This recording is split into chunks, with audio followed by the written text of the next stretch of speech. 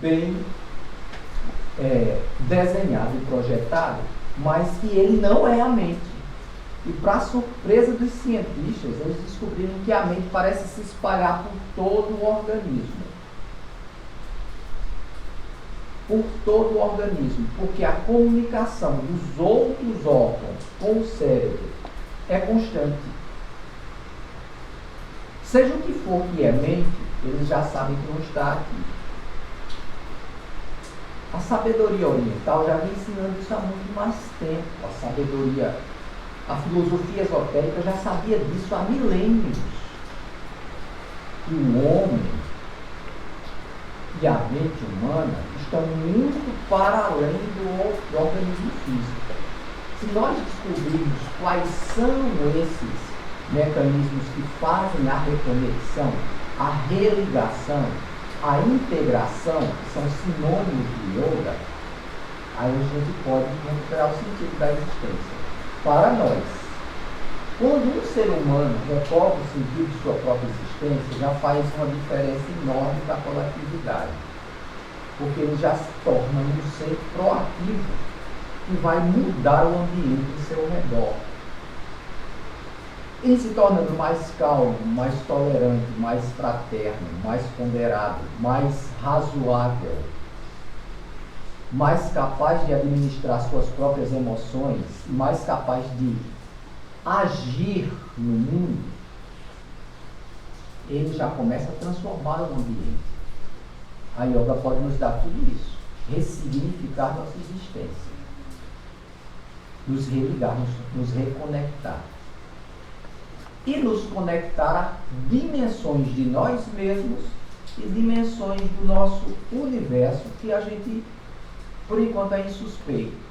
É por isso que quando a yoga foi trazida para o Ocidente e as pessoas começaram a praticar apenas 2 passos delas, asanas e pranayama, daqui a pouco nós vamos falar sobre o que são, elas começaram a sentir um incrível impacto e bem-estar. E esses 2 passos da yoga, asanas e pranayama, já fazem parte da vida de muita gente. Tem gente que acorda cedinho e vai para uma academia praticar asanas e pranayama. E o professor de asanas e pranayama disse que está ensinando yoga. Sim, está. Mas ele está ensinando 2 passos apenas. Asanas e pranayamas, né?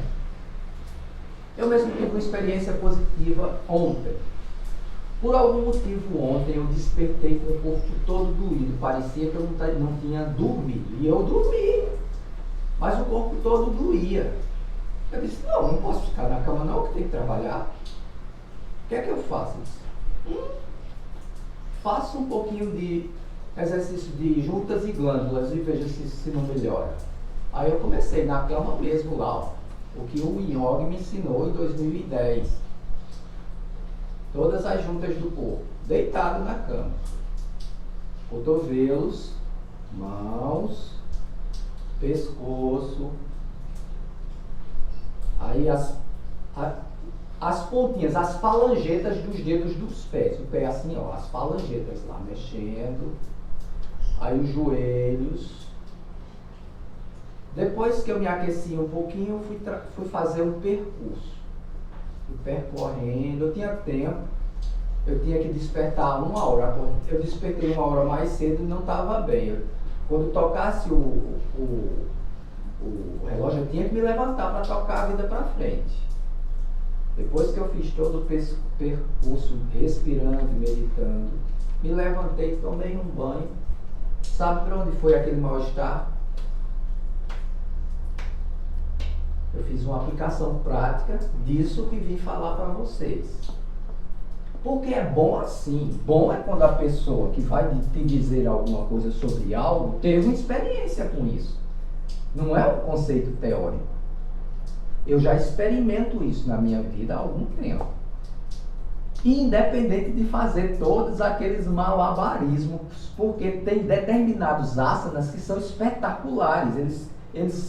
Quem começa na yoga desde criança cria uma flexibilidade corporal incrível, fica um verdadeiro contorcionista.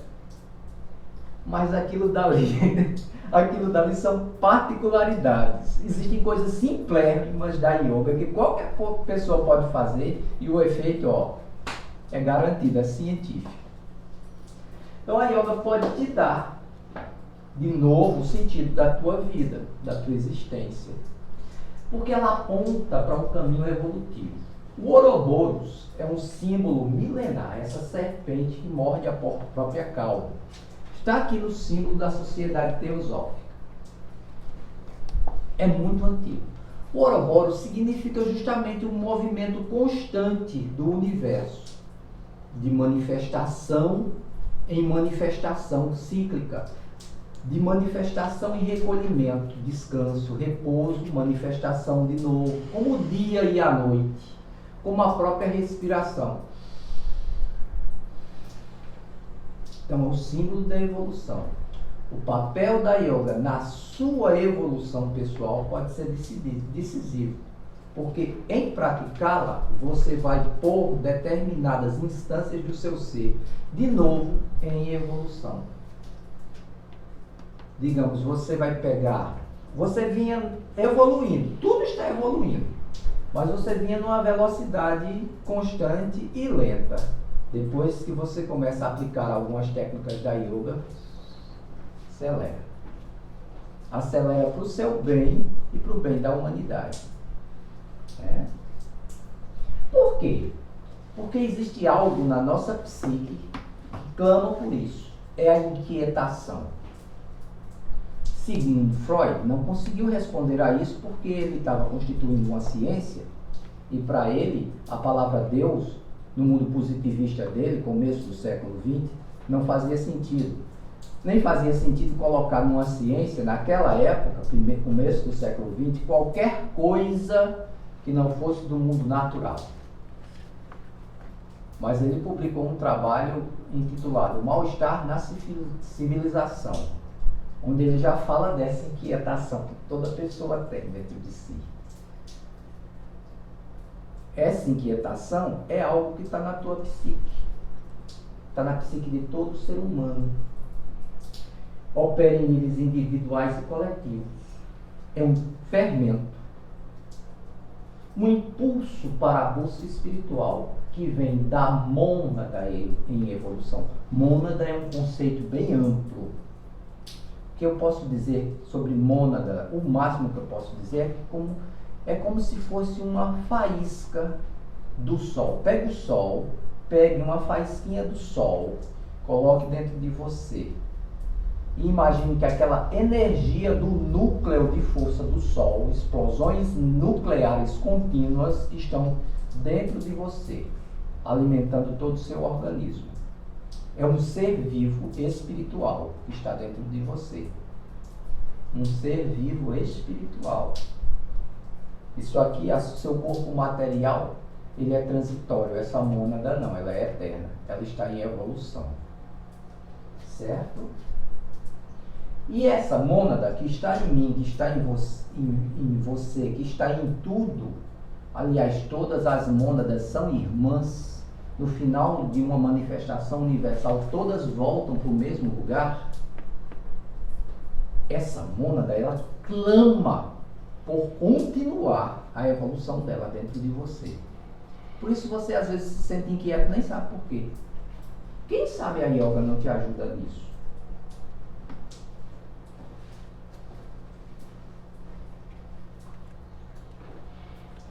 Então, sofrimento é uma realidade.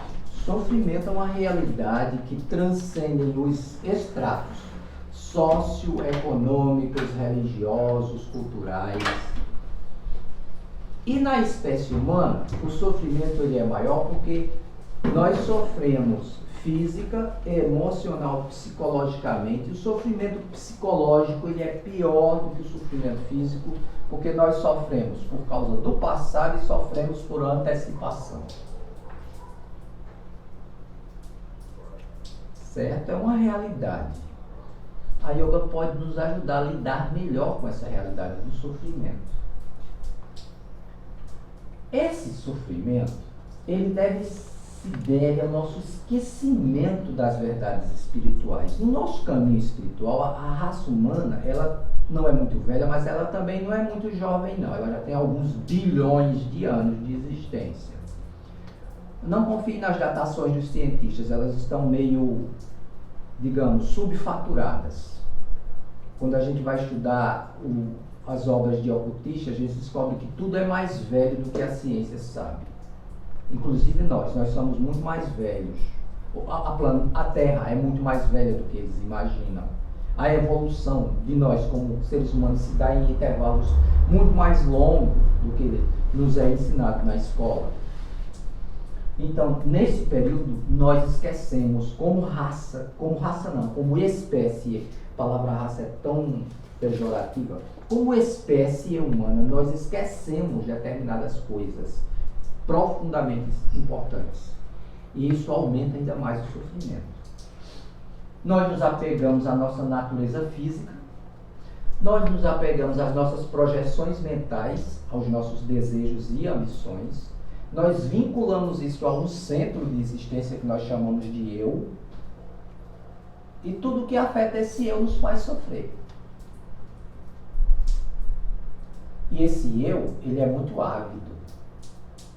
Ele quer. Quanto mais ele tem, mais ele quer. Ele quer. Esse eu não conhece satisfação. Esse eu só pode ser saciado dos seus desejos, de sua inquietação, quando ele encontra a resposta para a pergunta quem sou eu, de onde vim, para onde vou. Enquanto esse eu não encontra essa resposta, ele fica procurando fora de si. Será que um carro novo vai me satisfazer? Minha relação aqui não está bom. Se eu divorciar aqui, casar com outra pessoa, será que vai satisfazer? Será que eu viajar, eu vou, vendo o que eu tenho aqui, vou para outro país, aprendo outro idioma, será que eu vou ser feliz lá? Quem sabe? Mas nunca é. Só quando ele se encontrar dentro de si. Só quando ele descobre essas 3 verdades fundamentais.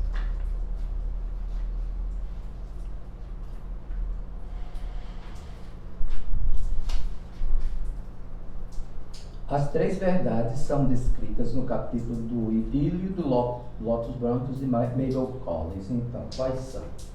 O mestre da antiguidade falou para essa escritora aqui, Mabel Collins. Há 3 verdades que são absolutas e não podem ser perdidas, mas podem permanecer em silêncio por falta de quem as expresse. 1. O homem é imortal e o seu futuro é o futuro de algo cujo crescimento e esplendor não tem limites. A evolução. Evolução de tudo. Tudo no universo. Vida, forma e consciência. Tudo está em evolução. 2.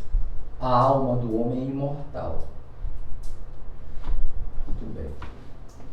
Seu futuro é o futuro de algo cujo crescimento e esplendor não tem limites. Falei. E o princípio de onde o homem veio? O princípio que dá a vida habita em nós e fora de nós. É imortal, eternamente benéfico, não é ouvido, nem visto, nem sentido pelo olfato, mas é percebido pelo homem que deseja a percepção. Quando você começa a se questionar com seriedade sobre essas coisas, não dá outra, você começa a encontrar. Quando você começa a procurar isso, você vai encontrar. E você vai encontrar exatamente o que procura, na linguagem que procura, porque esse princípio ele se manifesta exatamente da maneira como você espera. Não existe um só caminho. Existem tantos caminhos quanto existem pessoas. E você vai encontrar na sua linguagem o seu caminho. Mas é preciso saber que o princípio está lá. Princípio divino, eterno, imortal, totalmente benéfico. Cada homem, terceira nobre verdade. Cada homem é o seu próprio e absoluto legislador, produzindo para si glórias ou trevas. É o decretador de sua vida, da sua recompensa e da sua punição. Nós ignoramos isso aí, pensamos, falamos e agimos inconsequentemente. Depois, de acordo com leis e princípios imutáveis do universo, sofremos as consequências de nossas próprias ações.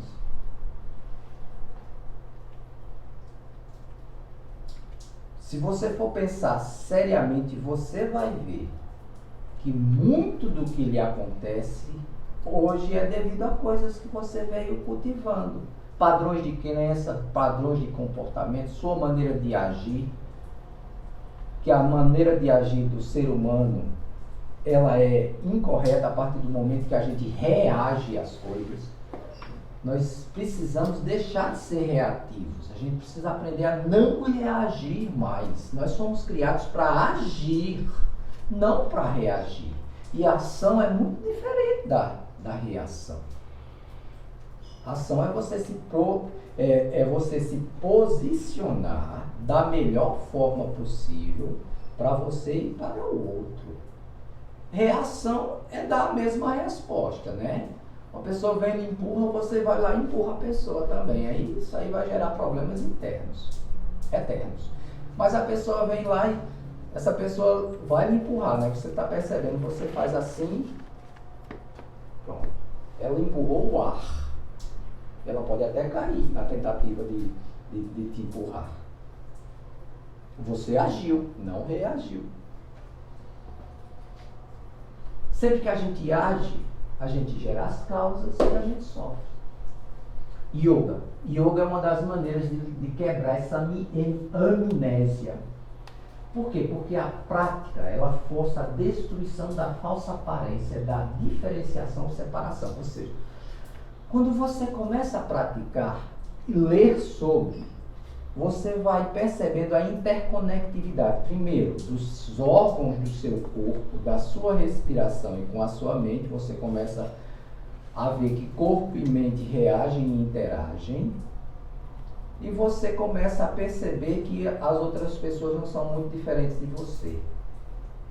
Aí logo você já vai começar, a partir da sua autocompreensão, do seu autoconhecimento, a compreender um pouco do outro também. Aí você já vai chegando mais perto. Os yogis, eles buscam e conseguem experimentar essa união como algo vivo e dinâmico dentro de si. Em resultado, conseguem obter contentamento na vida. Por que contentamento? Porque felicidade é relativo demais. Felicidade é uma coisa, às vezes, que as pessoas colocam fora de si e consignada a outra pessoa ou a coisas externas. Contentamento não, está com você. Contentamento é o seguinte: o mundo está acabando ao seu redor, mas você está no seu centro, você tem paciência, sabe que essa tempestade vai passar e que a tendência das coisas é se reconstruírem, e você vai esperar. Quando as coisas se reconstruírem, você vai estar lá, pleno também. Mas quando você estiver pleno, você vai se lembrar que já teve uma tempestade e que a tendência da natureza cíclica da experiência é que as coisas ruins voltem. E quando as coisas ruins voltarem, está lá você de novo, a mesma atitude. Então você deixa de ser afetado pelas ondas, pelos altos e baixos, seus e de fora. Isso é contentamento. Isso é muito melhor que felicidade. Porque a verdadeira felicidade, ela não reside aqui. Ela não está nas coisas. É abstrata demais. O conceito de felicidade é muito subjetivo.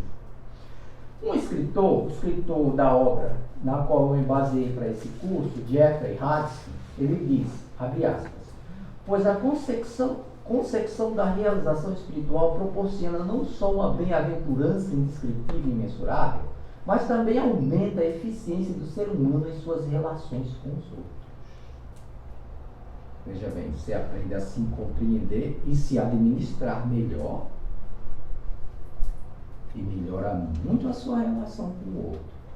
Porque a partir do momento que você aprende isso, aprende a lidar com você mesmo, é como eu disse, você aprende que o outro não é muito diferente de você, não. Aliás, o outro é igualzinho a você. Um psicólogo suíço que foi discípulo de Freud e depois criou sua própria escola, ele pegou o conceito de transferência de Freud e transformou em projeção. Não é só uma questão de transferir, não. Eu transfiro uma imagem minha para você, não. É pior, eu projeto em você. Eu projeto coisas minhas em você, você projeta coisas minhas em mim, cria uma imagem falsa de você e começa a odiar essa imagem. Não é você, sou eu. Eu não gosto de você porque eu não gosto de mim. Pronto. Então, quando eu começar a gostar de mim, aí eu começo a reverter o processo. Ah, eu já gosto de mim, então vai ser mais fácil gostar do outro. Eu já tenho paciência comigo, então vai ser mais fácil ter paciência com o outro. A yoga pode nos levar até isso. A humanidade está destinada a atingir essa bem-aventurança quando superar o sofrimento advindo da ignorância à vida. Então, a humanidade, como uma espécie em evolução, acredita-se que daqui a alguns evos, alguns milhares de anos, a humanidade como coletivamente vai chegar aí. Mas alguns seres humanos já estão convidados a despertar mais cedo, que é para acelerar o processo. Quem se melhora, já melhora um pouquinho a humanidade como um todo. A humanidade como um todo, ela está evoluindo nessa direção. Mas essa evolução, ela não se dá assim, não. Linear e ascendente. Ela se dá assim, ó, em espiral profunda, ó. Nunca se evolui sem ter passado antes pelo mesmo ponto. E o problema é que a humanidade vai bem devagarzinho como espécie. De vez em quando é que um ser humano desperta e dá saltos evolutivos. Aí aparece um Moisés, aparece um Shankara, aparece um Maomé, aparece um Jesus, aparece um Buda, aparece um Lao Tse, aparece um grande ser.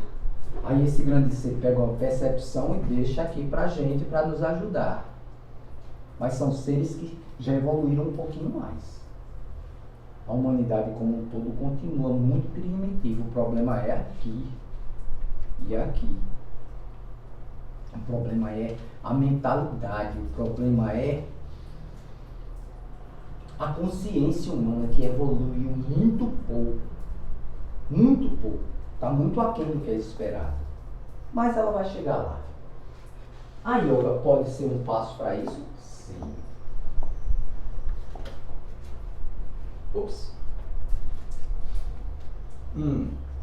Quando superarmos essa fase, essa que eu estava dizendo, que a humanidade evolui muito pouquinho, passando a um estado mais elevado de consciência, em que a humanidade será percebida cada vez mais e conhecida interiormente. É o que o Jeffrey diz. Ele já fala disso, de uma raça humana em um período no futuro em que a gente não vai experimentar mais essas mesmas coisas. Será um período glorioso, mas vai demorar. Esse período ele está o trabalho está sendo fomentado faz muito tempo. A sociedade teosófica tem algum papel nisso. Ele diz, eu tirei dele lá, eu parafraseei um parágrafo dele no qual ele diz que o grande trabalho da fraternidade oculta dos adeptos, por meio de organizações semelhantes à sociedade teosófica, então, não é só a sociedade teosófica, existem outras organizações que fazem a mesma coisa. Especialmente através da sociedade teosófica, pois ela foi fundada para esse fim, é a aceleração dessa passagem pelo egoísmo e o estabelecimento de um núcleo da fraternidade universal da humanidade. Pronto, o primeiro ponto. Enquanto a gente não aprender a ser fraterno, nada muda. Isso aponta para uma dupla solução. 1. Compreensão do significado e propósito da vida humana na Terra. E 2. Contemplação regular do divino. A prática regular da yoga vai lhe ajudar nesse estágio de contemplação do divino. Primeiro em você, depois em tudo. Você vai procurar e encontrar em você, depois você vai procurar e encontrar em tudo. Como assim?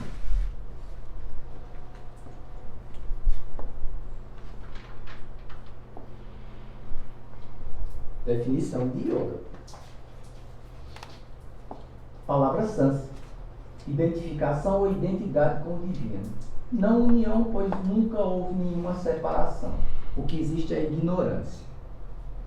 Somente a realização do fato da eterna identidade com o divino. Ou seja, nós somos seres divinos e sofremos porque ignoramos isso. A sociedade teosófica, ela fez ressurgir no Ocidente um conjunto de saberes chamados de teosofia. Teosofia, em suas amplas definições mundiais, durante as eras, classifica o homem em diversos estágios e contendo diversos veículos de consciência. O cristianismo, por exemplo, o apóstolo iniciado Paulo fala de corpo, alma e espírito, de 3 instâncias de consciência. A teosofia revelada ao mundo pelos grandes escritores, e entre eles por Madame Blavatsky, mais modernamente, fala de sete instâncias de consciência, 7 veículos de consciência. 4 delas representadas pelo quadrado ali, mais densas, que corresponde à personalidade. São o corpo físico denso, o corpo etérico, que é uma matriz energética, assim, nós temos ao redor deste corpo, e que tem como que um circuito elétrico com vórtices de energia, todo o nosso corpo.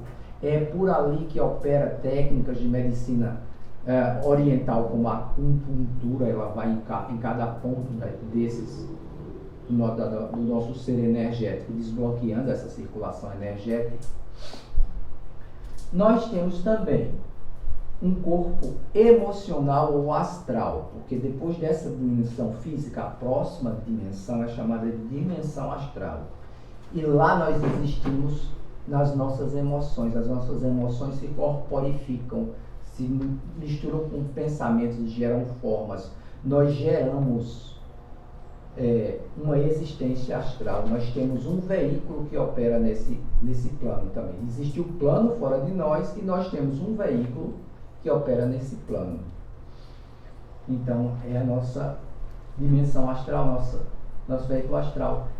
E nós também temos a mente humana inferior, a parte da mente mais operacional, a mente lógica, a mente que classifica, que rotula, que calcula.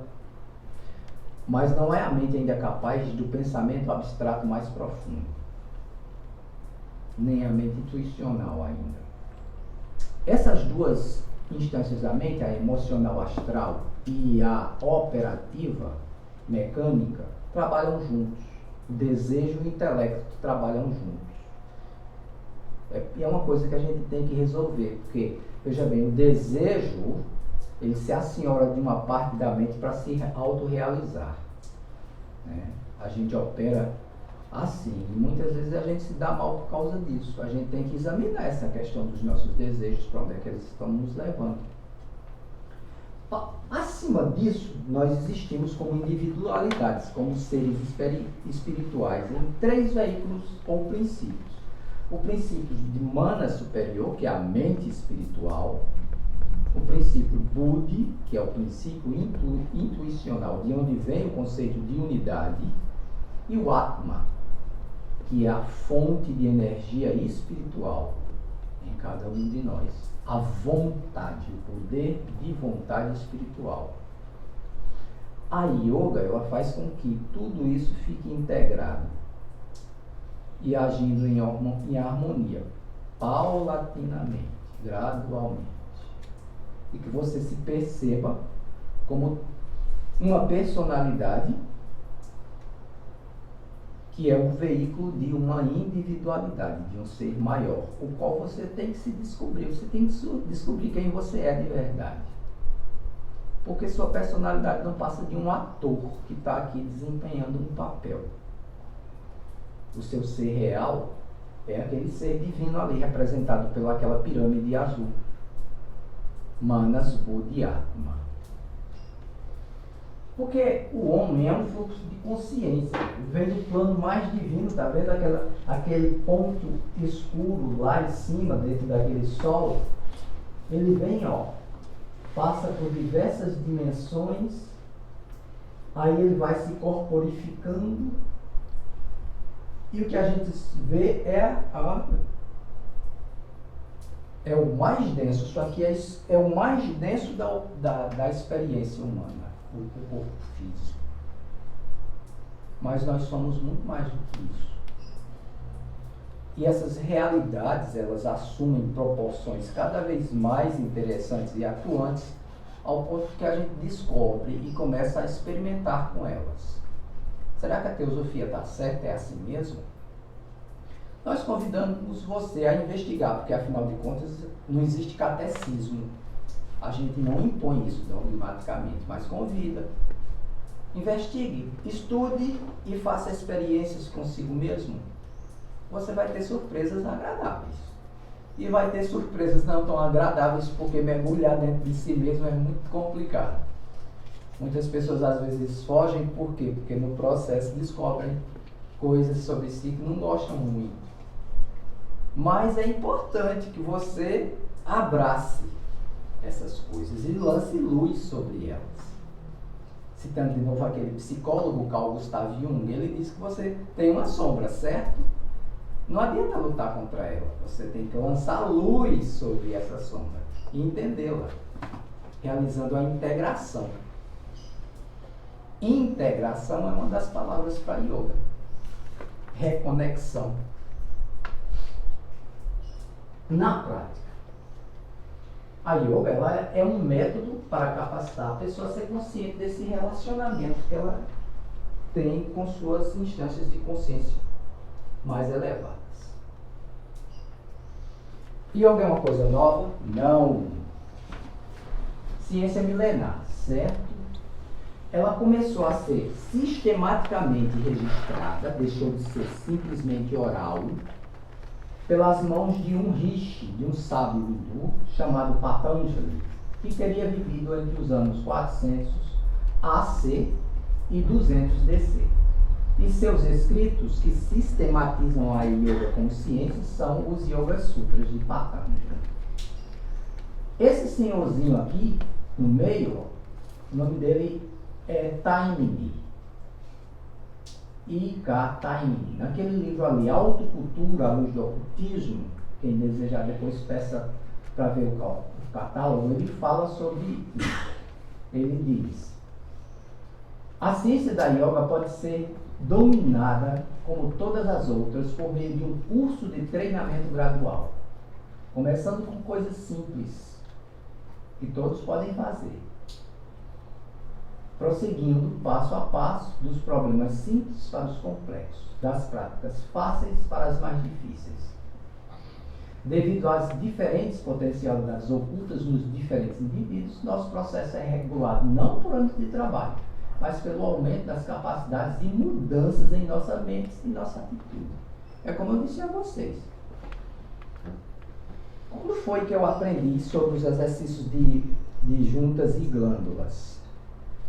Bem, eu fui fazer um curso lá em Brasília com um rapaz, Giancarlo Colombo, italiano, que pratica yoga lá no Oriente, estuda lá com um mestre oriental e veio para o Brasil. Estava aqui pelo Brasil, a Sociedade Teosófica convidou para dar um curso de yoga, bem prático para a gente. Ele disse: o que eu posso ensinar para esse povo assim no fim de semana? Ele disse: se eu ensinar esse povo pelo menos a ativar suas próprias glândulas e juntas, fazendo uma purificação e uma unificação, já vai ser bom.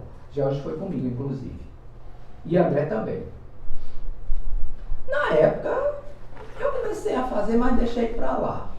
Mas agora eu estou trabalhando conscientemente com as coisas que ele ensinou lá. E coisas tão simples quanto fazer isso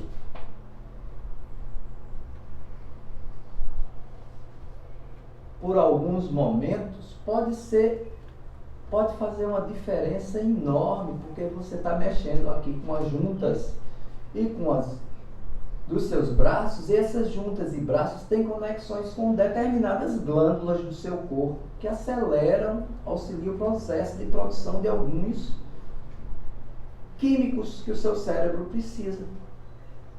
E veja, não é exercício difícil de fazer, complicado. Ó.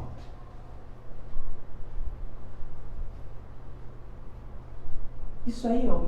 Isso aqui são asanas. Mas tem a parte da respiração. Ao fazer isso, você deve estar respirando num ritmo. Eu não posso fazer aqui ao passo que dou a palestra, mas estou exemplificando. Você está respirando de uma determinada forma enquanto faz isso. Isso faz toda a diferença. Quando você compreende, mais ainda. Então, vai tudo depender de sua atitude, de mudanças que você faz, de sua percepção. Quanto mais você perceber, mais eficaz vai ser. Ali, ó, é uma estátua de mais ou menos como parecia ser a pessoa que um dia foi Patanjali, o yogi que compilou as instruções que antigamente eram só orais. Ele já dispunha no alfabeto sânscrito, então ele escreveu em poemas sânscritos os sutras, explica todos eles. Aqui o Sr. Time e ali o livro que depois a gente pode procurar no catálogo.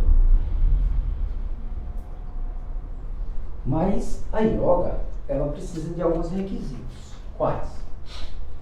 Jeffrey Hodgson, ele diz que é um sistema de purificação da mente, bem como uma disciplina de vida e um método de meditação. Aí fica mais profundo. As pessoas que estão indo lá na academia fazer os asanas e a pranayama, às vezes não sabem disso. O professor às vezes faz com que eles se sentem e diz alguma coisinha sobre, mas muita gente nem se liga. Mas isso aí. Purificação do coração, disciplina de vida e método de meditação.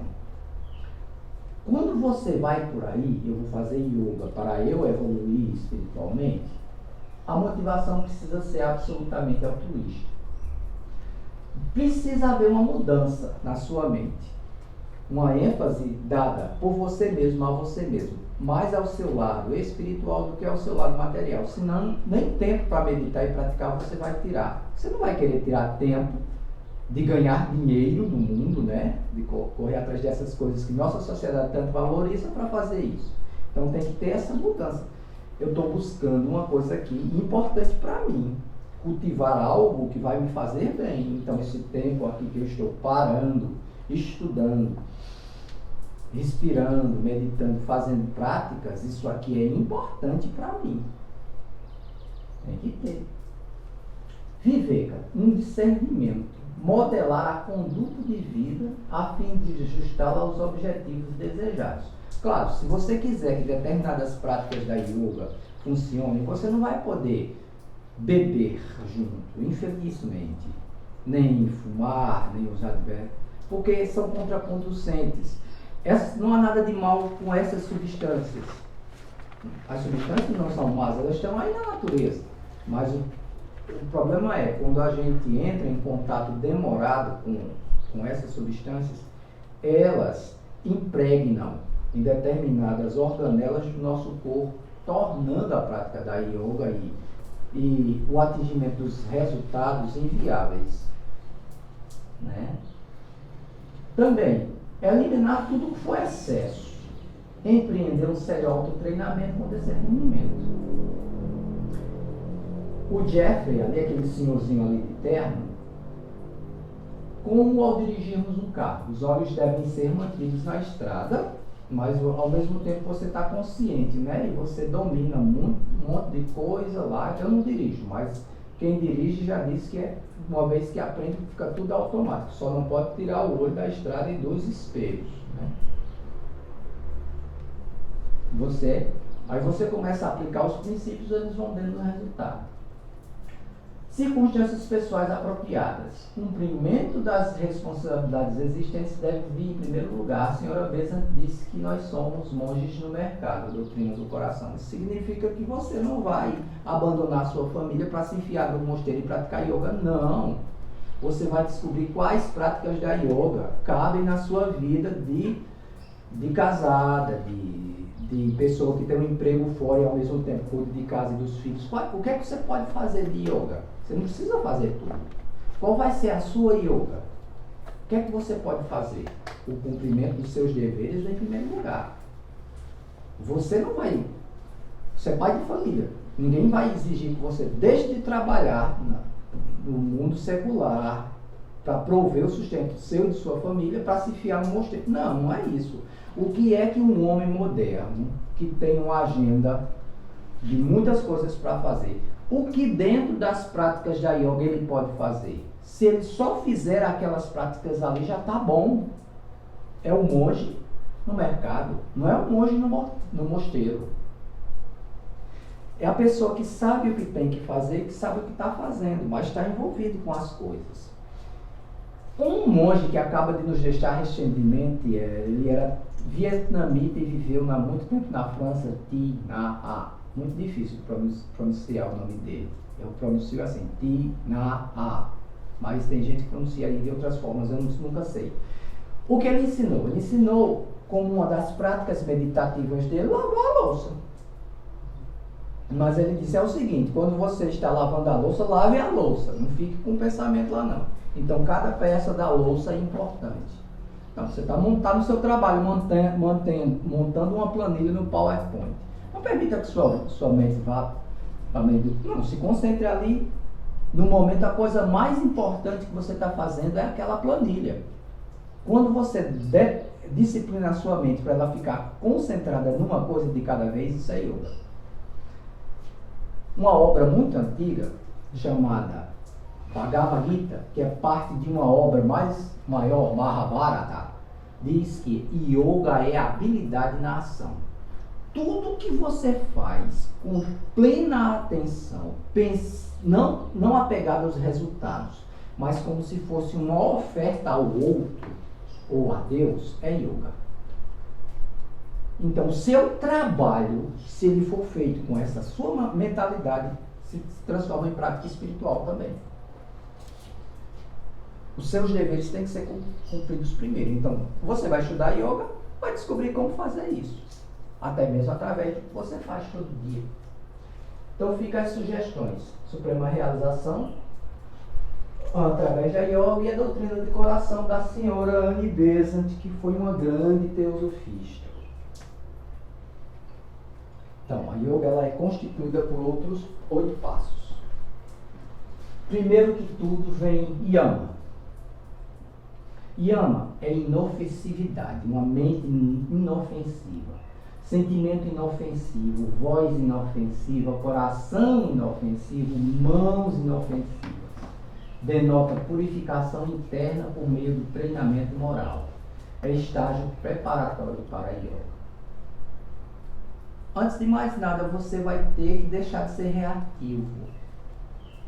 Isso é difícil para a gente. A tendência da gente é quando uma pessoa diz a gente dizer 2. Quando ela diz 2, a gente dizer 3, né não? Não tem aquele negócio, eu perco um boi, mas não perco a boiada? Vai ter que mudar.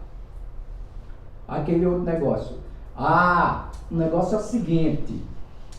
Eu dou um boi para não entrar numa briga, mas depois eu dou a boiada inteira para não sair. Vai ter que mudar. Você vai ter que deixar de ser não reativo. A sua mente, ela vai ter que aprender a ser mais abarcante. Você não vai poder mais ser centrado em si. Você não pode mais funcionar no modus operandi da mente humana em geral, que está gerando todo esse caos ao seu redor.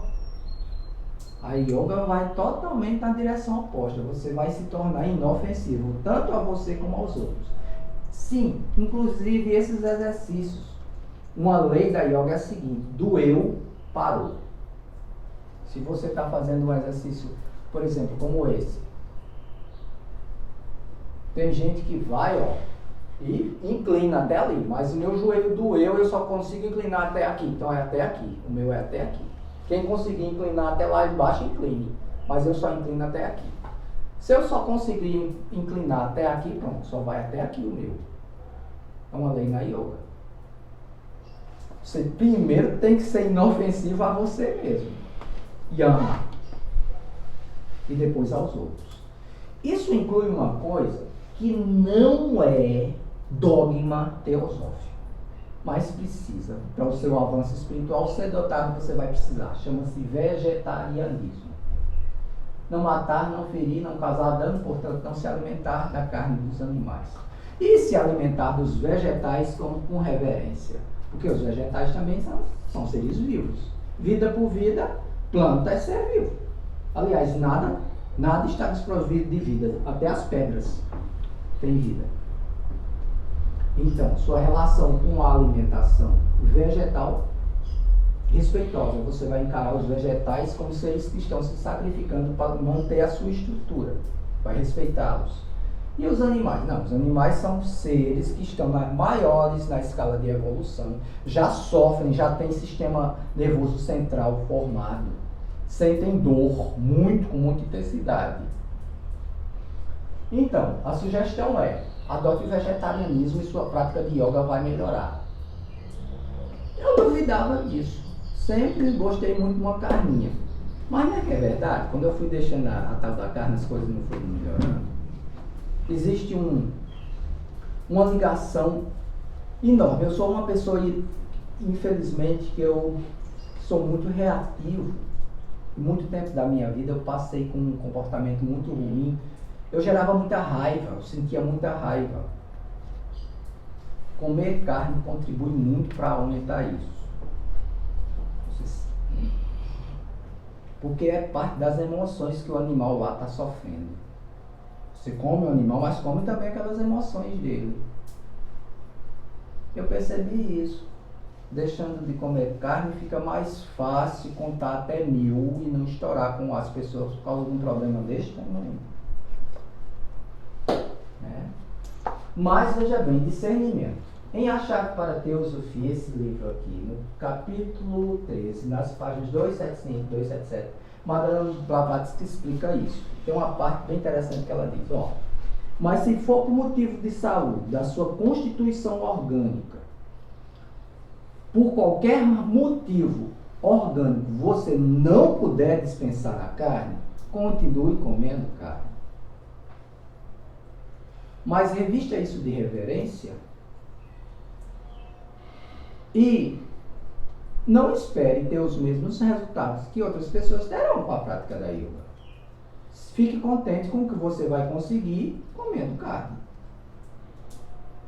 Certo? Mas não ponha também o seu corpo, sua mente, sua saúde em risco por causa disso. Na teosofia, na sabedoria universal, existe uma razoabilidade que é da sabedoria. A sabedoria ela é razoável. Ela não impõe, ela não coloca coisas diante de você que você não tem condições de fazer. Certo? Então, o vegetarianismo ele é importante, mas ele não é dogma não. Viu? Se a pessoa não pode adotá-la por motivos, que ela tem motivos para não adotar o vegetarianismo, ela pode fazer o yoga. Agora, ela não vai esperar ter os mesmos resultados que alguns vegetarianos têm, certo? Por quê? Por que você está falando dos resultados? Bem, gente, é porque a yoga, ela vai muito além de asanas e pranayama. Muito além. Depois de yama, que é a inofensividade, vem niyama. Niyama, um processo de purificação profunda. Limpeza, contentamento, estudo, devoção a Deus. Contentamento, compreensão filosófica dos fatos da vida, a fim de aceitar as coisas como elas são. Sob a visão de Jeffrey Hodgson, na obra já mencionada. O Sr. Taime, que escreveu aquela obra ali, ó, Preparação para Yoga, ele amplia a definição no livro, lá no Preparação para Yoga 7.9 a 9.3. Ele traduz diretamente o Sutra. Harley, por favor, contribui aí um instantinho com esse sutra aí que está em azul escuro. Suja Santosa Tapa Savadya Yeshvara Hanidanani Niyamaha. Obrigado.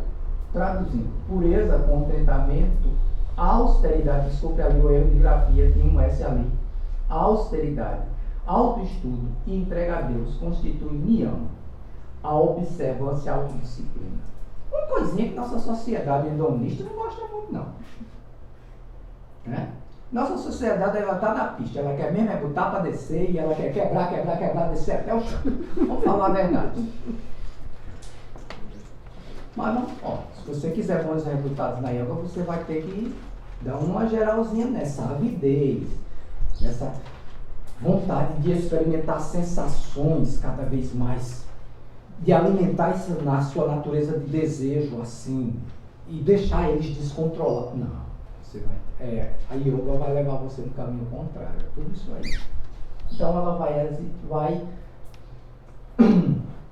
exigir a observância, a autodisciplina. Então já começa a ficar claro que yoga deve ser transformada num modo de vida. Yama e niyama são chamados de yoga preliminar, porque deles depende o sucesso de todos os 6 passos seguintes. Se você não tiver yama e niyama, não espere mais tarde aprender como desligar o corpo, certo? Deixar só o coração batendo, como um monge tibetano faz. Aquele monge ali, ele consegue isso porque ele faz yama e niyama primeiro. Corpo. Ele pode até diminuir, ele controla a frequência cardíaca e deixa quase imperceptível, mas ele não está morto não. Chamaram um nos Estados Unidos, ele fez isso, mas não morreu. Ele disse, morreu não. Ele volta desse estágio aí, quando ele quiser, observe. Aí quando o yoga estava satisfeito, ele voltou a energizar o corpo todo e esqueceu. Sim, tudo bem, mas tu não tinha morrido não, mestre? Eu disse, não, isso aí é uma coisa que vocês nem sabem o que é, isso aqui se chama yoga.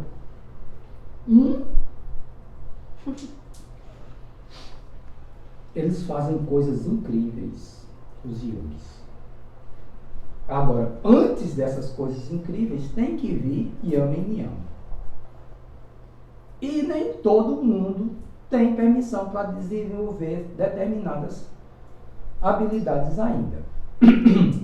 Você aprendendo yoga suficiente para você dar uma geral no seu egoísmo, já tá bom, minha gente. Para você aprender a ser gente, já tá bom.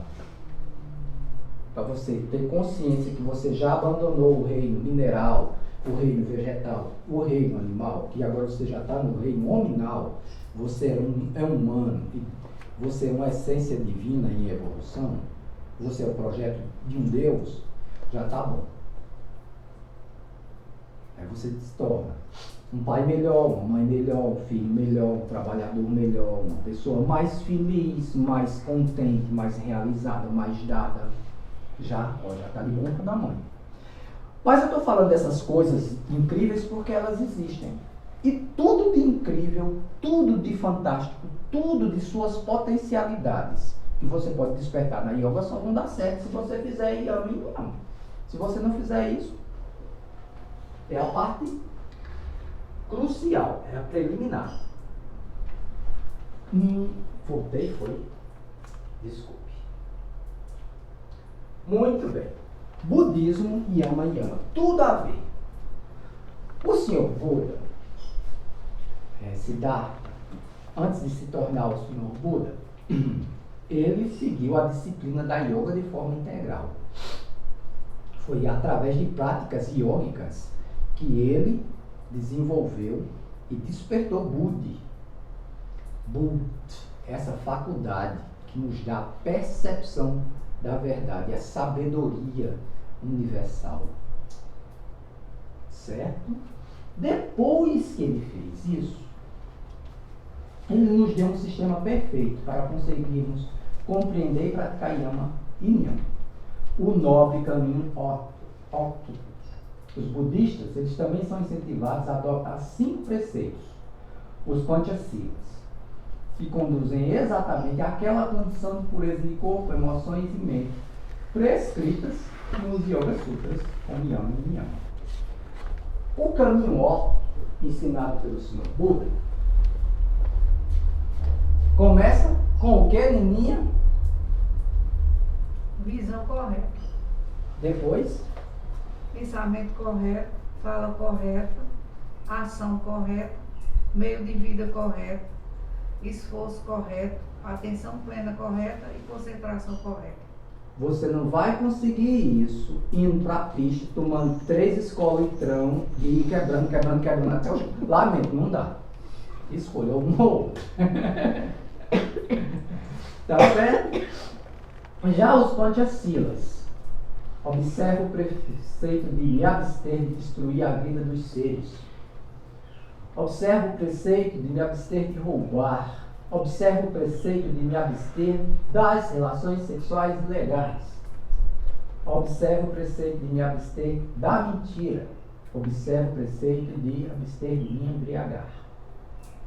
Esse senhor ali, o senhor Henry Steele Olcott, era um coronel da reserva do exército americano que ajudou a senhora Blavatsky a fundar a Sociedade Teosófica. Depois da Sociedade Teosófica na Índia, ele contribuiu para que o budismo não desaparecesse, porque o budismo estava em vias de extinção na época. Ele chegou lá e trabalhou vigorosamente pelo budismo. E ele escreveu para nós o Catecismo Budista, onde ele responde de cátedra perguntas muito sérias e relevantes sobre o budismo.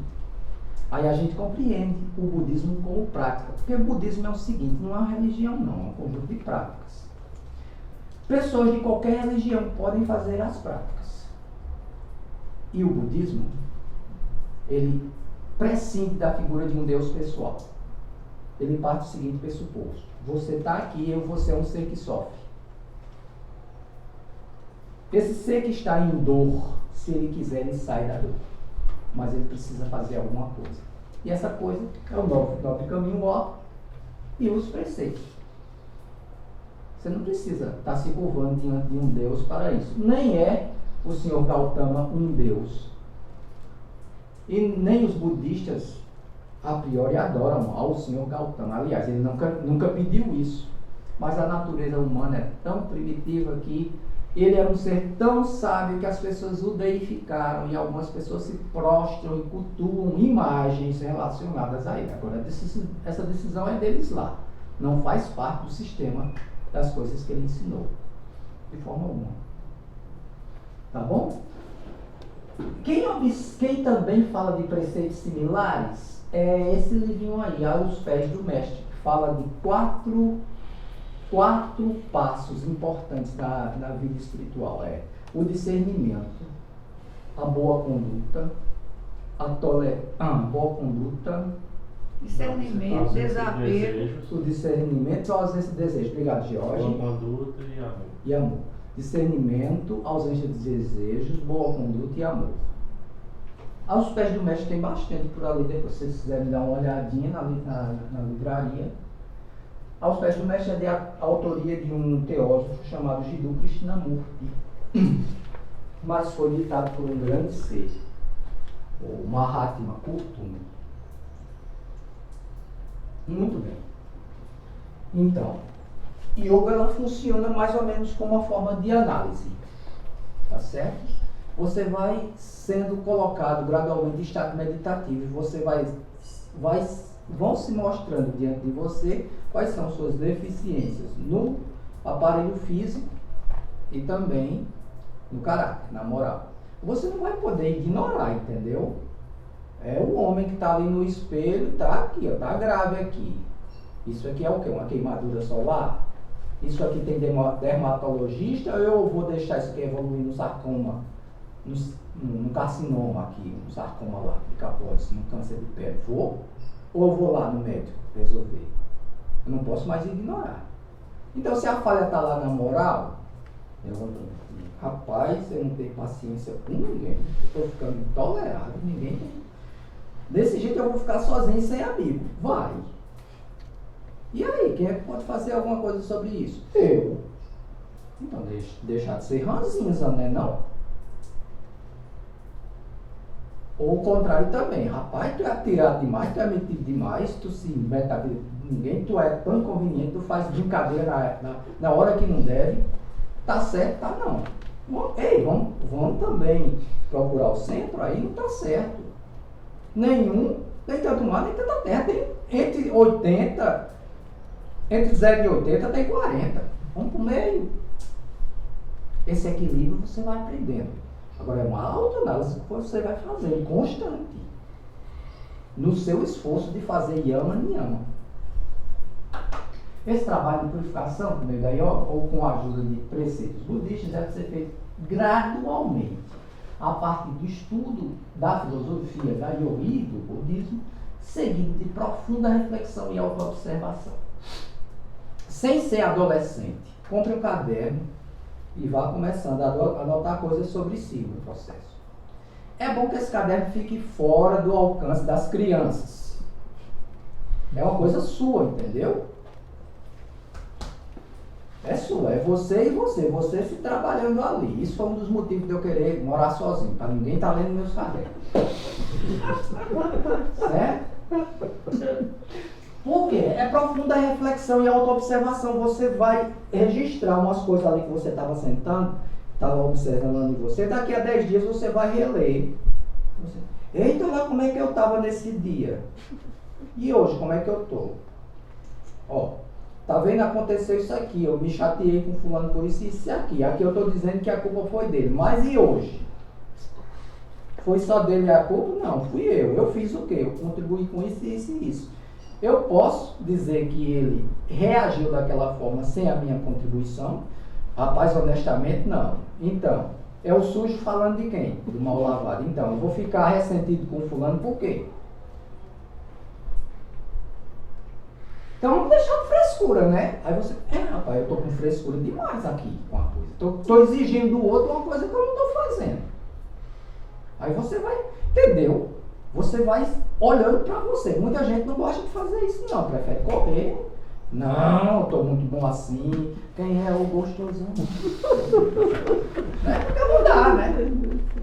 Mas mudar, gente, é a constante do universo, é a mudança. Quem disse isso foi Albert Einstein. A única constante do universo é a mudança. Ó, sempre mudando. Você não vai querer mudar por quê? Mude. Mude para melhor. E yoga pode ajudar.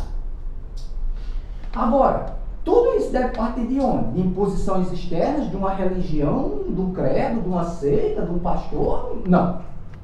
Nenhuma instância externa. Logo, nenhuma instância externa tem esse poder, é sua psique.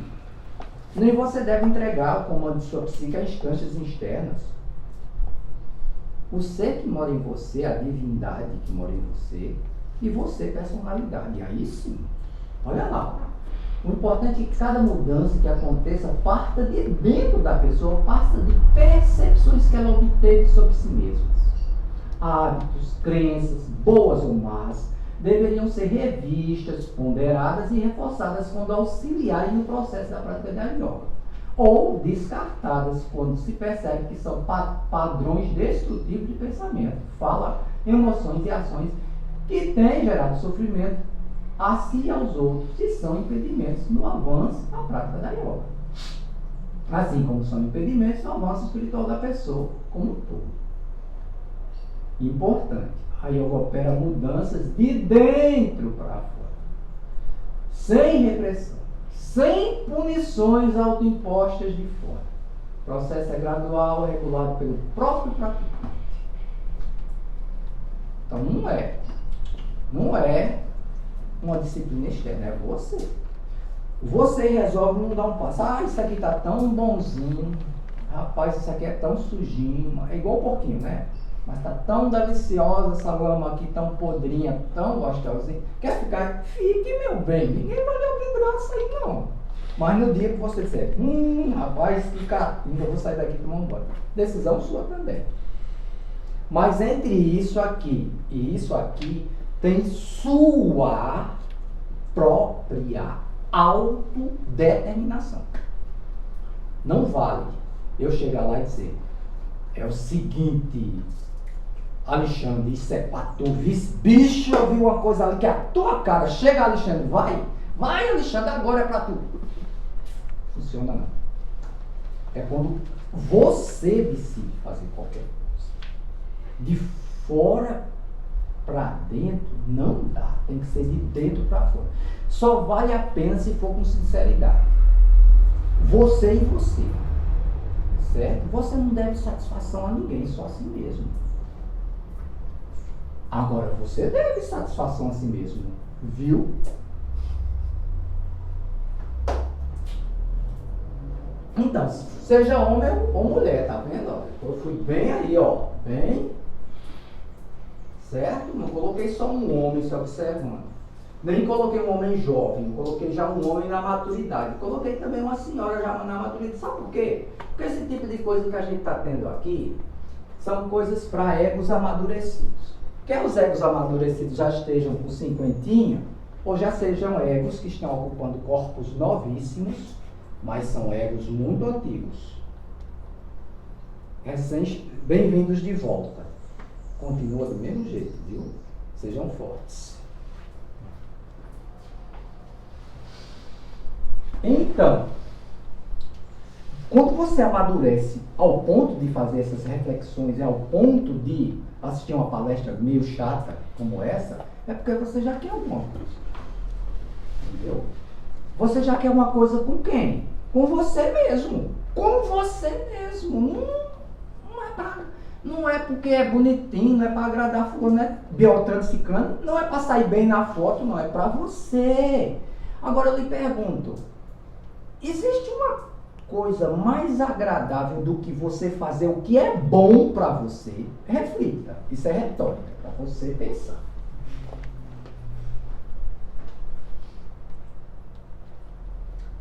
Então, o passo 3 é asana. Eu já falei sobre isso. São posturas, viu? São diversas. Eu recomendo as mais simples. Tá certo? Qualquer dia a gente combina uma palestra prática, certo? Onde todo mundo vai vir com roupa mais tranquila, inclusive eu, pra gente fazer aqui algumas. Eu vou procurar nos meus guardados algumas justamente de juntas e glândulas. Certo? Aí a gente faz uma aula prática. Nisso aí eu vou colocar uma pessoa na roda, o nome dela. A primeira letra do nome dela é Alexandre, que ele sabe muitas asanas. Vou pedir a ajuda dos universitários. Tá vendo ali a garota fazendo as costuras? Ó? Nem todas são complicadas, como a gente vê. A televisão vai logo pelo sensacionalismo, né? Mas não, tem coisa muito simples que qualquer pessoa pode fazer. Certo? Não se limita à meditação e deve ser efetuada durante a vida diária. Você deve escolher uma horinha para fazer.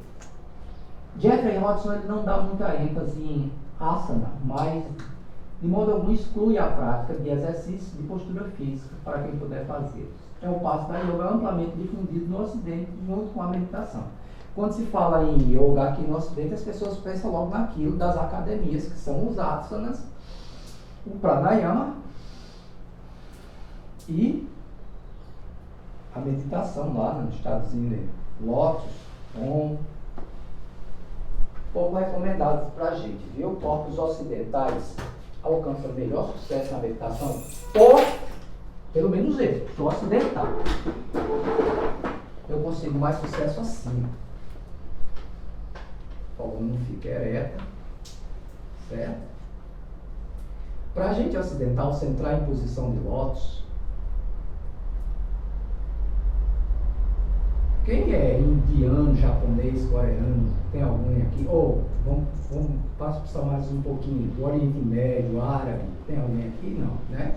Todo mundo do Ocidente daqui, né? Então veja bem, sábios iniciados a partir do Egito nos ensinaram a meditar assim, ó. É melhor para nós ocidentais. Tem mais a ver com o nosso corpo. Não, eu gosto do Oriente, assim, acho bonitinho ficar na posição de lótus.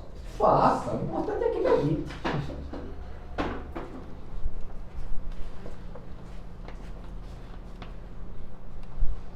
Pranayama. controle da direcionalidade da respiração. Porque a respiração, ela controla esses centros de força que a gente tem. Ó. Tem um na base, lá no cóccix, no períneo. Tem um mais acima, tem um no plexo solar, tem um no coração, tem um na garganta, tem um entre as sobrancelhas e tem outro no alto da cabeça. A yoga, ela vai ativando gradual e seguramente todos esses centros. E junto com esses centros existe o sistema glandular. Existe uma relação intrínseca entre esses centros e glândulas na base. Nas mulheres, os ovários, nos homens, os testículos. Nos dois, as suprarrenais, o pâncreas, a timo, perto do coração, tireoides e paratireoides, hipófise, pituitária e hipófise. Essas glândulas não são os centros, viu? Porque os centros de energia estão na nossa natureza etérica, estão no nosso plano elétrico. Mas essas glândulas são como que receptores. Então, é por isso que o que eu expliquei no início da palestra, né? Juntas e glândulas praticadas vão mexer com o seu estado de espírito, positivamente ou negativamente. Mas pela yoga sempre positivamente, certo? Isso é feito pela respiração. Prana é o nome da energia que a gente recebe do sol, por aqui, ó. Esse centro aqui, ele recebe e ele distribui em correntes. Então nós somos como que microbateriazinhas, assim, como um campo eletromagnético ao nosso redor, cada um de nós, emitindo energia, recebendo energia. Nossa comida de verdade se chama sol. Os alimentos que a gente retira da natureza são importantes para constituir a matéria somente. Na verdade, o que nos mantém vivo é essa energia que nós recebemos do sol. Que em sânscrito, prana. Pranayama, por meio da respiração, regular essa energia.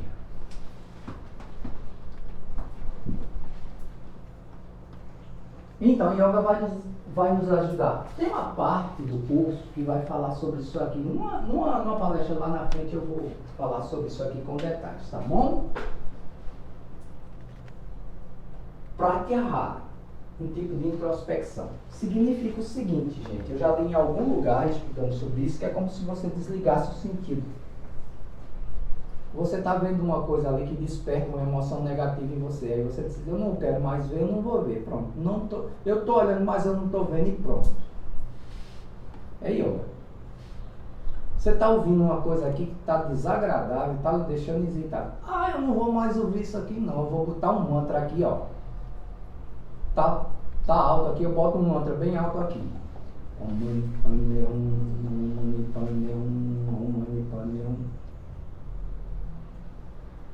Fico ouvindo o meu mantra aqui e não estou mais ouvindo o que está aqui. Pratyahara. Restrição dos sentidos. Retirada controlada da consciência do mundo exterior, trazendo-a literalmente para si mesmo. Dessa forma, o homem torna-se introspectivo. Time. Detalhadamente, Pratyahara é pouco compreendido. Interpretações as mais variadas têm sido sugeridas. Seu verdadeiro significado deve ser entendido como a prática de cortar por completo as conexões da mente com o mundo externo, através dos 5 órgãos dos sentidos. O objetivo de Pratyahara: isolar a mente do mundo exterior, sempre que a pessoa queira penetrar no interior de sua mente e se concentrar num objeto ou problema específico. Aí você vai aprender. Você não precisa ir com qualquer onda que está passando aqui, não. Você, ó, pode se controlar. Não reagir a todos os estímulos que vêm. Uma coisa que quanto mais a gente pratica, mais a gente aprende. Yoga superior. Pronto. Quando você começa a fazer Yama Niyama, Asanas, Pranayama, você já começa a ficar apto para Dharana. Concentração. que implica no controle da mente, até que ocorra completa concentração sobre qualquer tópico ou objeto do pensamento escolhido. Então, em dharana já está implícita a meditação. O propósito da meditação é você já ir se preparando para a dharana. Sr. Taimni, ele diz, dharana, dhyana e samadhi são 3 processos contínuos e diferem entre si somente no grau de concentração que os distinguem uns dos outros. Dhyana, contemplação abstrata quando a mente permanece fixa, voltada para um só objeto. Então, em dhyana, a gente já está em meditação profunda. Quando um yogi está em dhyana, nem está aqui não, ele está no mundo. E ele está num objeto que ele resolveu investigar. Está lá, a mente não sai. Samadhi. Samadhi é mais complexo ainda. O yoga, ele coloca todo o seu centro de consciência dentro do objeto identificado, até que ele e o objeto ficam inconfundíveis. Dessa forma, ele aprende tudo o que ele quer sobre aquele objeto na observação. Então, Samadhi não é uma coisa que a gente vai conseguir agora não, viu? Samadhi demora. Para o Sr. Jeffrey Hodgson, ocorre uma completa absorção de toda a consciência na unidade da vida divina ou essência monádica. Samadhi é igual a supraconsciência. Sr. Taimni, Patanjali está predominantemente baseado na Raja Yoga ou Yoga real. O Samadhi é sua técnica mais importante e essencial. O Samadhi é impossível de se conhecer e definir. Só é possível aprender o Samadhi pela experiência direta. Então, o Samadhi é tão complexo que só quem chega no Samadhi sabe como é. E tem um problema. As pessoas que já estiveram em Samadhi não conseguem explicar um átomo para a gente. Eles não conseguem traduzir em linguagem, porque eles já vão para um domínio da mente onde a linguagem por imagens e símbolos não funciona mais. A linguagem lá já é pela percepção direta. A linguagem não dá conta do Samadhi, tá certo? É por isso que tem certas coisas que a gente vive perguntando aos santos seres, os santos seres dizem, não vou dizer não, você não ia compreender. A gente diz, mais não, vou praticar.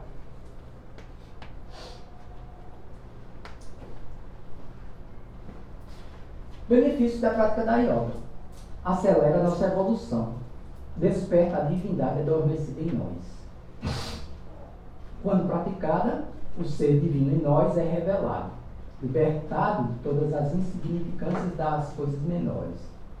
A pessoa que pratica se torna a maravilha que ele mesmo é e atinge o objetivo pelo qual aguentou tantos sofrimentos e aflições ao longo de inumeráveis eras. Você começa a compreender quem é e o que é que está fazendo aqui nesse planetinha atrasado. Aquele bebezinho do meme do Facebook, né? O bebezinho olha assim e faz, tem que reencarnar mesmo, né? Deixa eu ver. Pedaço de bombril na antena da TV, não estou gostando. Mas vai, tenho certeza que é aqui. Aí a mãe chega pro bebezinho, chegou, né? Diz, coisinha linda, o Enzo da mamãe fala, oh meu Deus!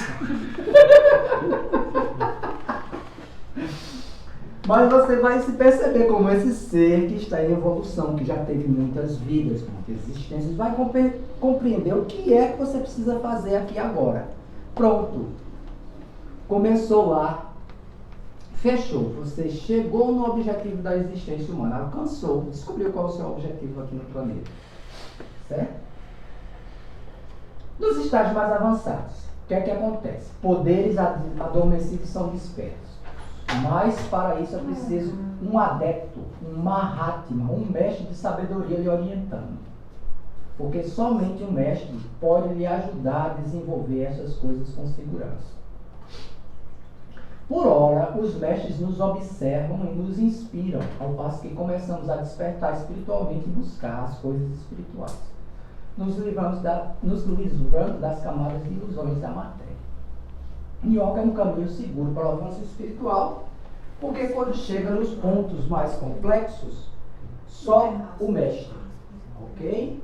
Nos orienta. Certo? Isso aqui a gente já definiu de certa forma. Em yoga preliminar, resulta num bem-estar enorme, certo? Para o corpo, certo? Ela ajuda a combater o estresse, ajuda a levar uma vida importante, melhora os nossos relacionamentos conosco e com os outros. Nos tornamos mais calmos, mais poderosos, pacientes, capazes de lidar com as emoções, certo? Além disso, a yoga é recomendada como tratamento auxiliar em doenças psicossomáticas e transtornos mentais. Ela pode ajudar a aumentar o efeito dos medicamentos prescritos pelos psiquiatras e clínicos gerais. Em alguns casos, já se documentou curas de algumas condições de saúde por problemas psicossomáticos com a prática da yoga. Em alguns casos, algumas pessoas se curaram de problemas sérios por causa da yoga. Quando se chega a isso, o remédio começa a fazer efeito melhor do que antes. Muito obrigado a todos por sua atenção. Olha o nosso sonho aí, ó, que yoga fosse ensinado na escola, os pequenininhos, desde cedo, como é lá na Índia. Já pensou a aula de yoga na escola das crianças? Em teosofia não pode ser monólogo, certo? Então, nós vamos fazer uma pequena consideração. Tem tempo para 2 perguntas. Ou 2 complementações.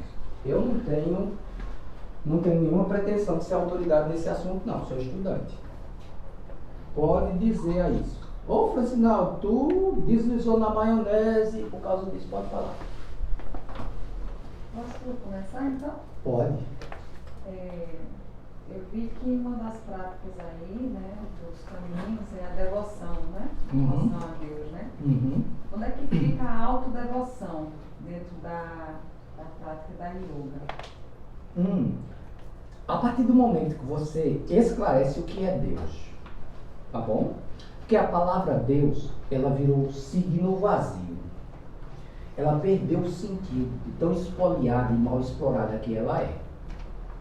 Quando você ressignifica essa palavra Deus, então o seu objeto de devoção ele passa a ser tão importante que ele vai virar seu Bhakti. É daí que vem a Bhakti Yoga, o caminho acelerado por meio da devoção. Bhakti ou devoção a Deus é uma das formas de yoga. Mas é preciso esclarecer o que essa palavra Deus significa para você.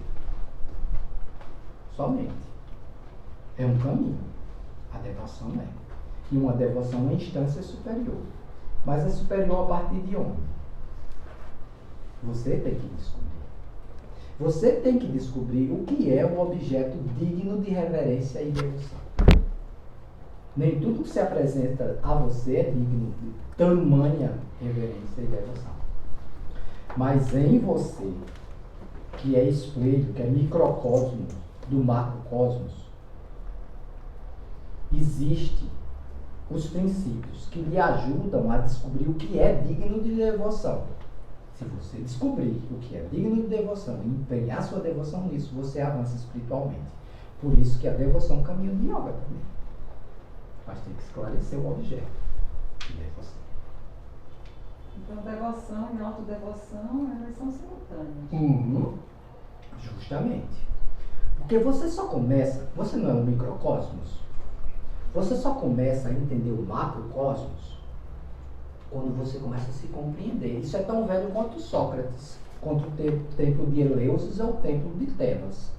Homem, conhece-te a ti mesmo, e conhecerás o universo, conhecerás os deuses.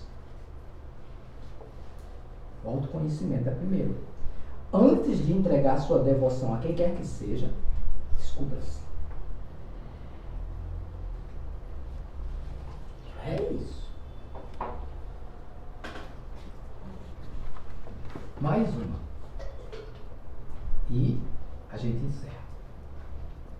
Posso perguntar? Pode. Boa noite, tudo jóia? Tudo bom. O senhor disse que o uso de substâncias afeta negativamente o nosso campo elétrico.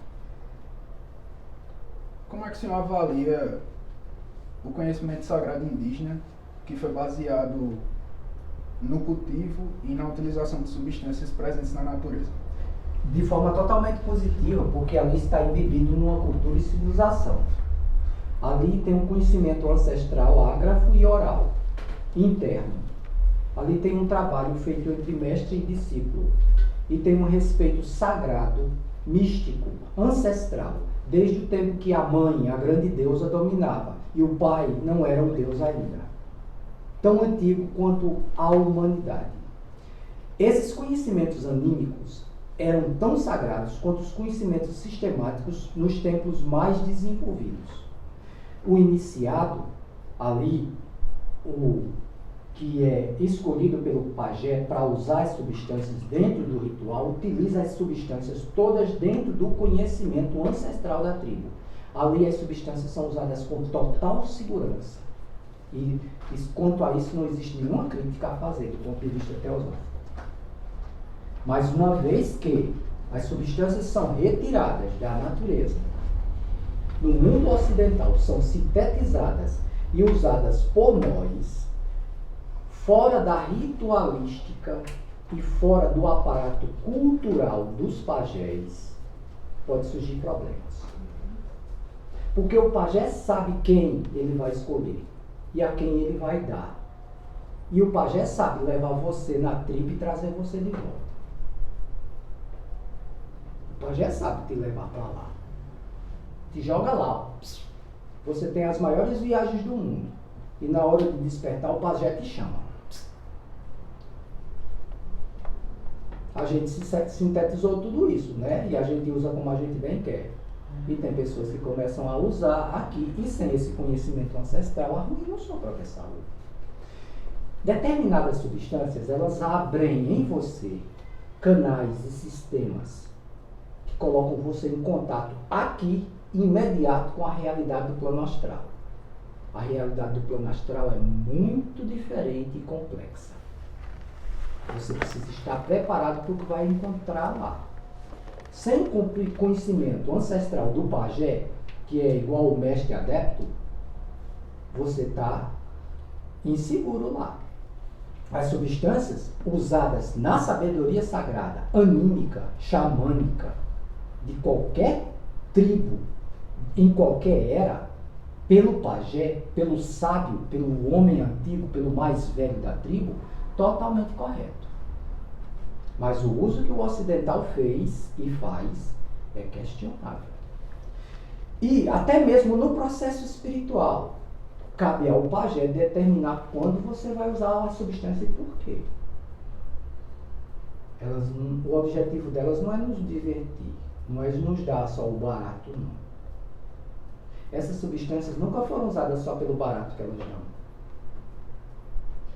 Lá na cultura, elas tinham um objetivo. Você ia lá encontrar o avatar lá, o Supremo. Você ia lá no campo pegar o seu animal sagrado. Você ia lá resolver o problema da sua psique. Depois você voltava. E o pajé dirigia tudo. Responda a pergunta. Devolva a pergunta. É assim que tem sido feito por nós ocidentais?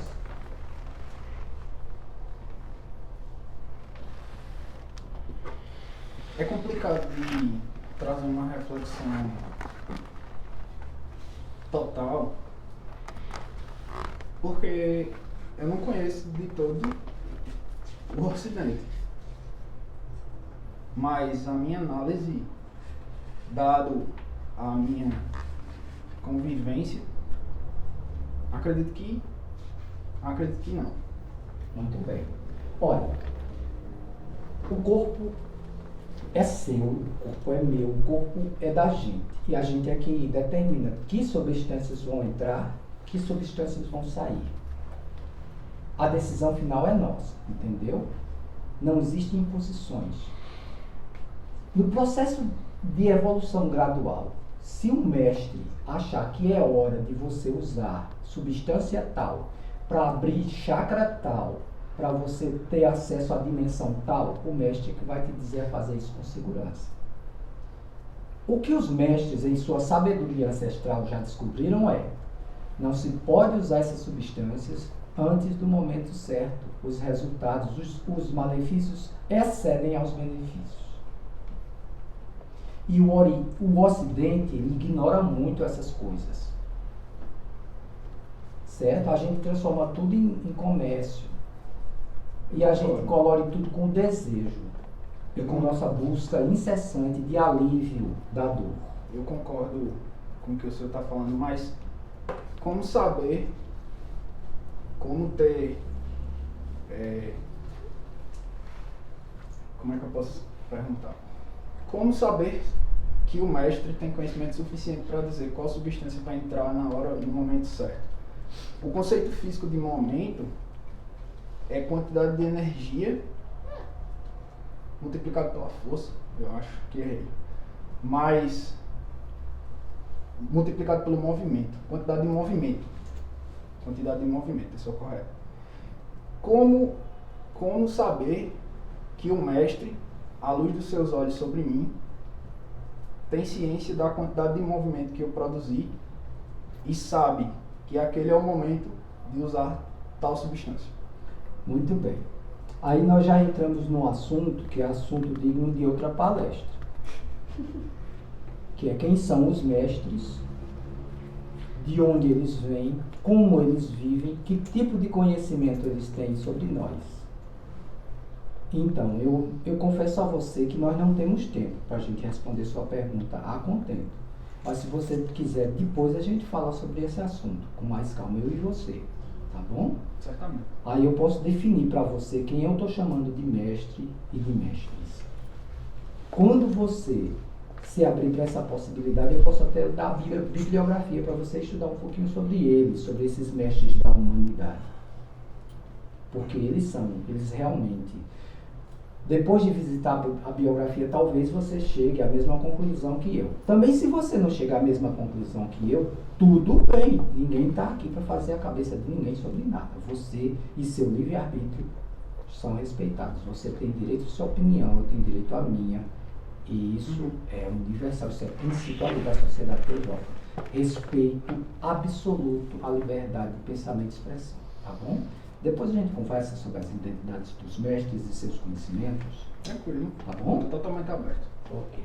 Professor, você colocou, só para fechar uma reflexão, você colocou lá, acho que na parte inicial da palestra, que a realização da yoga, ela tanto traz uma compreensão do ser consigo mesmo, através do autoconhecimento, e por consequência traz um benefício, uma maior eficiência na relação com o outro.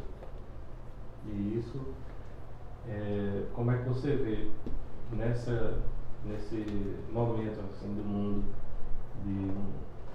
estamos todos assustados com essa questão da guerra, das guerras. Não só existe guerra na Rússia e Ucrânia, existem muitas guerras no mundo. E aparentemente essas guerras não têm nada a ver com os indivíduos, com nós. A gente mora do outro lado do mundo, aparentemente uma guerra que acontece lá, né, agora mesmo é de dia lá, né, um lugar tão distante. O que é que eu posso fazer? O que é que eu tenho a ver? O que é que eu contribuir? Ou que eu posso contribuir com essa situação? Mas na verdade, quando a yoga promove essa autotransformação e a melhora com a relação com o outro, a gente está num universo microcósmico, está potencializando e contribuindo a uma construção coletiva que culmina nessa cultura de paz. Né?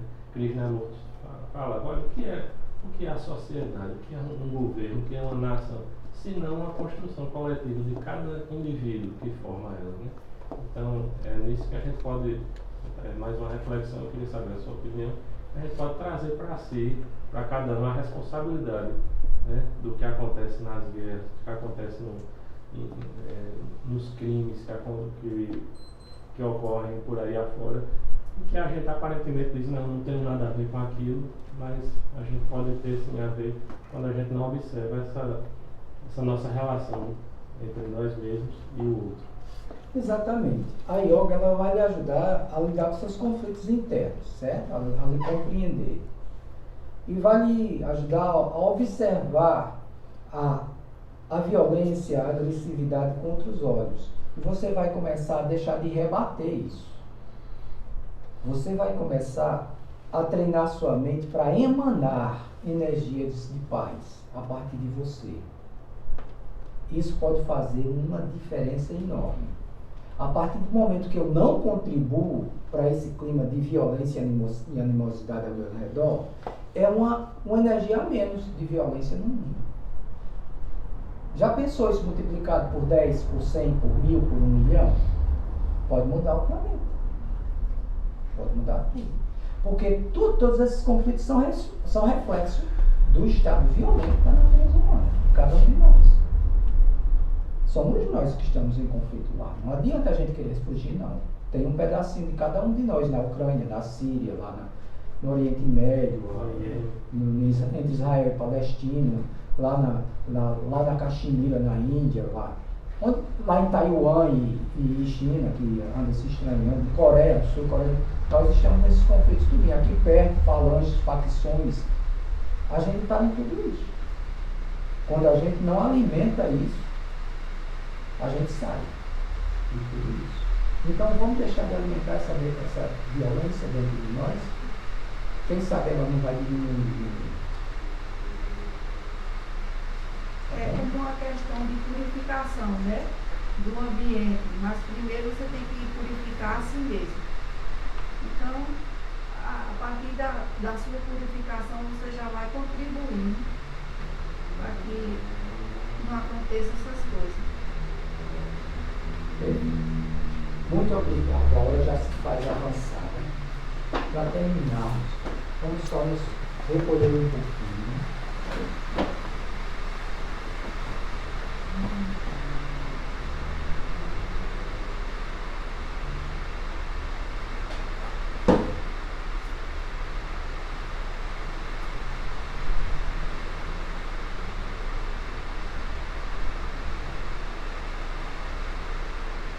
Que a fraternidade nasça no coração de todos os homens, que o consenso e o diálogo,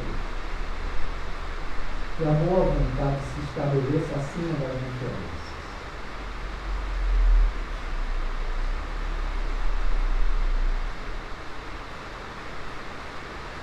Ó vida oculta que vibras em cada átomo, ó luz oculta que brilhas em cada criatura, ó amor oculto que tudo abrange de humanidade. Saiba todo aquele que se sentir único em ti. Ele é por isso mesmo único em ti. Paz, paz, paz. Paz a todos os seres.